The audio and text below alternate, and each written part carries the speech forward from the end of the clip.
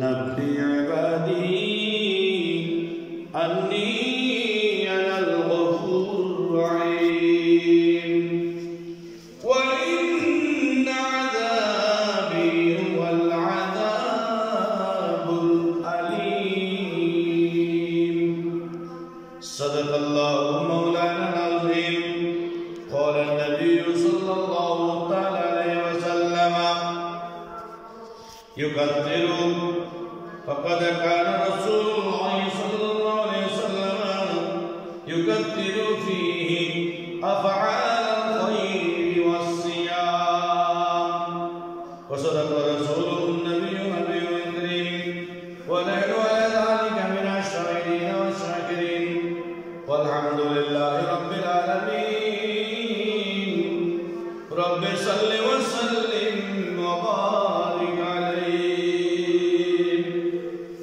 উপস্থিত সম্মানিত মুসল্লিয়ানে কেরাম মুরব্বিয়ানে ইসলাম হাজরানে মুসল্লিগণ পর্দারানে পর্দানশীন মাসদুরাত মুসলমান মুমিনেরা আসসালামু আলাইকুম ওয়া রাহমাতুল্লাহি ওয়া বারাকাতুহু ওয়া আলাইকুম আসসালাম ওয়া রাহমাতুল্লাহি ওয়া বারাকাতুহু আল্লাহ পাক রব্বুল আলামিনের দরবারে লাখ কোটি উপরন্ত বেইন্তেহা বেশুমার শুকরিয়া আদায় করছি যে মহান রব্বুল আলামিন আমাদেরকে মাহে রজব মাসের চতুর্থ জুমা আদায় করার জন্য মসজিদে আসার বসার তৌফিক দান করেছেন সেই মহান মুনিবের দরবারে শুকরিয়া আদায় বলি আলহামদুলিল্লাহ আলহামদুলিল্লাহ।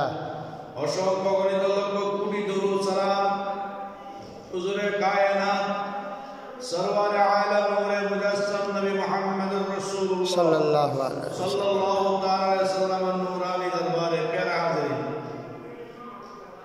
চাঁদ যদি 29 যায় তাহলে দেশের জুমা অত্যন্ত বরকতমণ্ডিত একটি সময় জুমার সময়টা আমরা অনেকে বুঝি না মানুষের বোঝার মধ্যে ভুল আছে সময়কে আমরা জুমা অন্তত জুমার দিনও আমরা জুমার নামাজকে মূল্যায়ন করি না অনেকে আছে এরকম কিন্তু জুমার দিনটা হচ্ছে সৈয়দুল আইয়াম সপ্তাহের শ্রেষ্ঠ দিন এটা 7 দিনের মধ্যে উত্তম সর্বশ্রেষ্ঠ দিন হচ্ছে জুমার দিন সুবহানাল্লাহ। হাদিস শরীফে এসেছে কোন ব্যক্তি যদি জুমার দিনে 80 বার যদি দরুদ শরীফ পাঠ করে আল্লাহ রাব্বুল আলামিন ওই ব্যক্তির 80 বছরের গুনাহ মাফ করে দিবেন সুবহানাল্লাহ সুবহানাল্লাহ। এজন্য হুজুরে করিম রব্বুর রহিম সাল্লাল্লাহু বলছেন উম্মত তোমরা জুমার দিন আমি নবীর উপর বেশি বেশি দরুদ শরীফ পাঠ করবে। আলহামদুলিল্লাহ। সাহাবায়ে কেরাম ইরশাদ করলেন বললেন ইয়া রাসূলুল্লাহ ওয়া বাদাল মাউত আমরা কি আপনার ইন্তেকালের পরেও কি জুমার দিন দরুদ পড়ব আপনার উপর?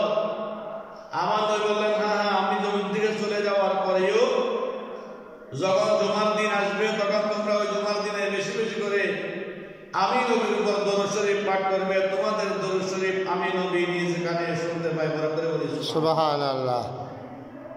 এজন্য জুমার দিন অত্যন্ত বরকতমণ্ডিত একটি দিন। নামাজ রোজা হজ যাকাত যত রকমের ইবাদত রয়েছে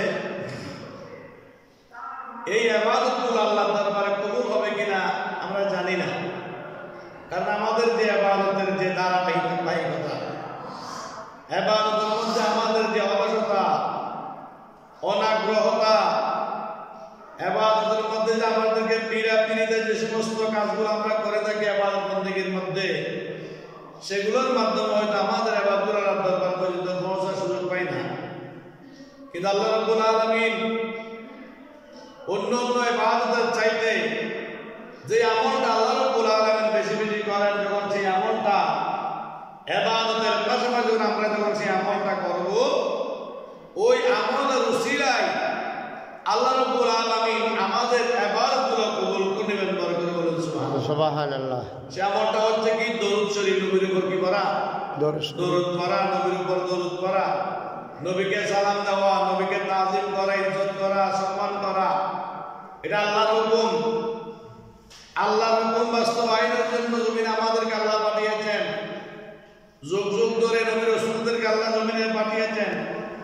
আল্লাহর হুকুম বাস্তবায়ন করার জন্য, আল্লাহর হুকুমকে জমিনে প্রতিষ্ঠা করার জন্য বড় করে বলুন সুবহানাল্লাহ।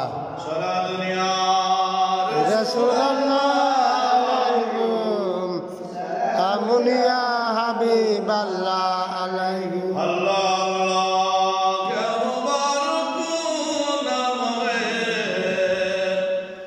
আল্লাহ মুমিনোं का जिक्र है সালাতুল্লাহ রাসূলুল্লাহ আলাইকুম সালামুল্লাহ হাবিবাল্লাহ আলাইকুম। একজন আল্লাহ বান্দা নেককার মানুষ, আল্লাহর ওলি আপন সন্তানকে নিয়ে নিজ গ্রাম থেকে বের হয়ে মদিনার উদ্দেশ্যে রওনা দিলেন। হজ করবেন, দয়াল নবী রোজে পাক জিয়ারত করবেন।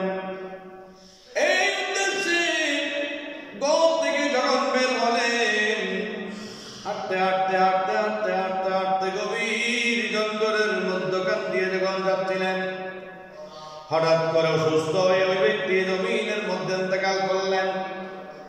ইন্তেকাল করার পরে ওই ব্যক্তির চেহারা কানি মলিন হয়ে গেল, অন্ধকার হয়ে গেল। একদম মানুষ দেখলে তার প্রতি অন্যান্য ধারণা পোষণ করবে সেরকম একটা চেহারা পরিবর্তন হয়ে আসলো। ছেলে কি করলো, নিজ গায়ের থেকে চাদরখানা খুলে বাপের উপরে চাদরখানা বিছাই দিলেন। বাবার পাশে বসে চোখের পানি ঝাড়তে লাগলেন। চোখের পানি ঝাড়তে ঝাড়তে, চোখের পানি পড়তে পড়তে হঠাৎ করে দেখলেন ওই ব্যক্তি পশ্চিম দিক থেকে মদিনার অভিমুখ থেকে একজন ব্যক্তি, নুরানি সুরত ধারণ একজন ব্যক্তি আস্তে আস্তে আস্তে আস্তে ওই ব্যক্তির কাছে চলে আসলেন এবং আপন নুরানি হাত মুবারক ওই ব্যক্তির শরীর মুবারকের মধ্যে যখন মালিশ করে দিলেন, ওই ব্যক্তির চেহারাটা ফুটফুটে সুন্দর হয়ে গেল। শরীরের মধ্যে যে একটা ফুলা চলে আসছিল, পেট ফুলে গিয়েছিল, সবগুলো অটোমেটিক স্বাভাবিক হয়ে গেছে। এটা করার পর তিনি যখন চলে যাচ্ছিলেন, ওই ব্যক্তির ছেলে ওনার পিছন পিছন চলতে লাগলেন। বললেন, আপনি কে? এত বড় মুসিবতের সময় আমাদের উপর এহসান করেছেন, আপনি কে? কথা বলেন না। অনেকক্ষণ বলা বলি করার পরে যখন পিছনের দিকে তাকাইলেন, বললেন, আপনি কে? বললেন, এই সন্তান শোনো শোনো, উনি তোমার বাবা জমিন থেকে বিদায় নিয়ে নিয়েছেন, হজ করার জন্য মক্কায় জামাই চলে যাচ্ছ, ঠিক আছে বাবা ইন্তেকাল করেছেন। কিন্তু মানুষ যখন ইন্তেকাল করে ওই মানুষকে গোসল দিয়ে সুন্দর করে কাফনের কাফন পরিধান করে অতি তাড়াতাড়ি দাফন করতে হয়। কিন্তু এই গভীর জঙ্গলের মধ্যে তোমাকে সাহায্য করার মতো কোনো ব্যক্তি নাই। তোমার বাবাকে এই যে অবস্থা হয়েছে, অবস্থার থেকে তাড়াতাড়ি দাফন করার মতো কোনো ব্যক্তি নাই।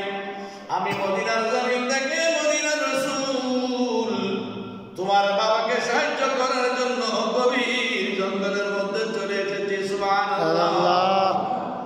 ওই সন্তান আরজ করলেন, ইয়া রাসূলুল্লাহ, ইয়া হাবিবাল্লাহ, আমার বাবার এমন কি আমল ছিল আপনি কেন আমার বাবার উপর সন্তুষ্ট হয়েছেন? আমার দয়াল নয় বলে আমি নয়, শুধু আল্লাহ রাব্বুল আলামিন তোমার বাবার প্রতি সন্তুষ্ট হয়েছেন বিদায় আল্লাহ রাব্বুল আলামিন খুশি হয়েছেন, আমিও খুশি হয়েছি। কারণ তোমার বাবা যখনই সময় পাইতো আমি নবীর উপরে দরুদ পাঠ করতো। ওরা করে বলি সুবহানাল্লাহ। ওই দরুদ পাঠ আল্লাহ রাব্বুল আলামিনের পছন্দ হয়েছে। কারণ আল্লাহ নামাজ পড়ে না, রোজা রাখে না, যাকাত করে না, আল্লাহ কোন রকমের ইবাদত থেকে আল্লাহ মাহফুজ, আল্লাহ ইবাদত করে না। আল্লাহ কিন্তু একটা কাজ করেন সদা সর্বদা, আল্লাহর নবীর উপরে আল্লাহ দরুদ পড়েন। সুবহানাল্লাহ। আল্লাহর কাজ দেখতে আজকে আল্লাহ রাব্বুল আলামিন করেন। ওই কাজটি যখন কোন উম্মত করে, কোন বান্দা করে, ওই ব্যক্তিকে আল্লাহ সবচাইতে বেশি ভালোবাসেন। সুবহানাল্লাহ। আল্লাহ ভালোবাসেন কারণ